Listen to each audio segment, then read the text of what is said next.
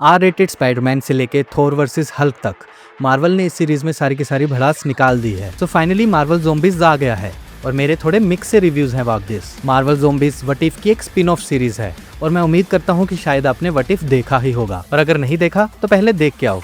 मतलब वैसे तो डायरेक्टली भी देख सकते हो, बट स्टिल बैक स्टोरीज और रेफरेंसेस के लिए एक बार एपिसोड 5 देख ही लो। और अगर आपने ये देख रखा है बट भूल गए हो तो आपके लिए, सिर्फ आपके लिए मेरा स्पेशल रीकैप। सो एपिसोड स्टार्ट होता है इन्फिनिटी वॉर के उस सीन के साथ जहाँ पे ब्रूस बैनर अर्थ में गिरता है और डॉक्टर स्ट्रेंज को थैनोस के बारे में बताता है, बट वो देखता है कि अर्थ में सब लोग ज़ॉम्बीज बन चुके हैं और स्पाइडरमैन की हेल्प से वो किसी तरह से वहाँ से बच के निकल आता है। बट इस अर्थ में ज़ॉम्बी आउटब्रेक कैसे हुआ, उसका आंसर था quantum realm. Janet Van Dyne quantum realm में जाती है और वहाँ पे एक क्वांटम वायरस को टच कर लेती है, जिससे वो ज़ॉम्बी बन जाती है, जो बाद में हैंक पिम को काट लेती है और हैंक पिम क्वांटम रियाल से निकल के सारे एवेंजर्स को इन्फेक्ट कर देता है। अब जो भी सुपर हीरोज बचे होंगे वो रास्ता ढूंढ रहे होंगे इस आउटब्रेक से बचने का, और वो एक जगह पे जाएंगे जहाँ पे विजन ने अपने माइंड स्टोन की वजह से एक हाइड आउट बनाया होगा। बट लेटर ऑन सबको पता चलेगा कि विजन ने वांडा को कैद करके रखा है, जो कि ऑलरेडी ज़ॉम्बी बन चुकी है। बट वो बोलते हैं ना कि इंसान प्यार में अंधा हो जाता है, लेकिन एक मिनट, विजन तो रोबोट था ना। सो विजन को रियलाइज होगा कि वो गलत कर रहा है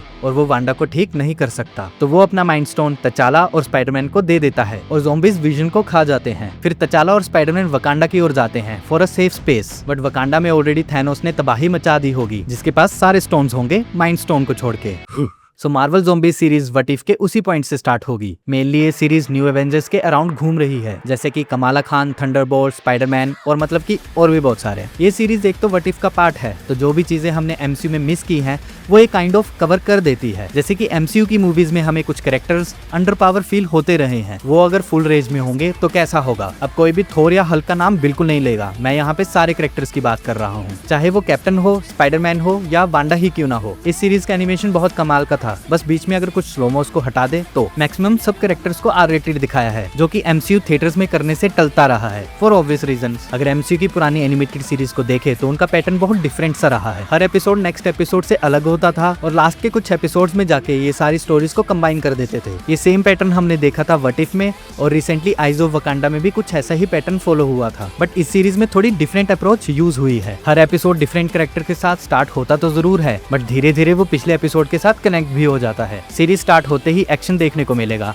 और साथ में सैड एंडिंग्स भी होंगी। पूरी सीरीज में एक्शन का हाईलाइट होगा थोर वर्सेस हल्क। ना तो थोर ने अपने पंचेस को रोका है और ना ही हल्क हमें वीक दिखाया है। जो फैंस को चाहिए था कि हमें एक पावरफुल हल्क देखने को मिले, इस सीरीज में वो मुराद हमारी पूरी हुई है। ये सीरीज एंड होगी एक क्लिफ हैंगर के साथ, क्योंकि अगर आपको बैक स्टोरी पता है तो वांडा विजन से जुदाई का दुख सह नहीं पाएगी, वही निब्बा निब्बी वाली बातें। सो वांडा कुछ ऐसा करने वाली है कि ये सीरीज खत्म होते होते आपके दिमाग में एक क्वेश्चन आएगा कि क्या खत्म हो गया या अभी कुछ और बाकी है। सो ओवरऑल सीरीज अच्छी थी, एक्शन कमाल का है और एनिमेशन बहुत बढ़िया है, और फाइनली एमसीयू ने अपने कैरेक्टर्स को अच्छे से पावरफुल दिखाया है, और हम एमसीयू फैन तो ज्यादा की उम्मीद करते ही रहेंगे। सो आई होप इसका नेक्स्ट पार्ट जल्दी से आए। सो भाई लोग, अगर आपने ये सीरीज देख ली है तो हमें कमेंट्स में जरूर बताओ कि आपको ये सीरीज कैसी लगी। और बेटा, जो इस वीडियो को लाइक नहीं करेगा उसे वांडा की पप्पी मिलेगी, ज़ॉम्बी वाली।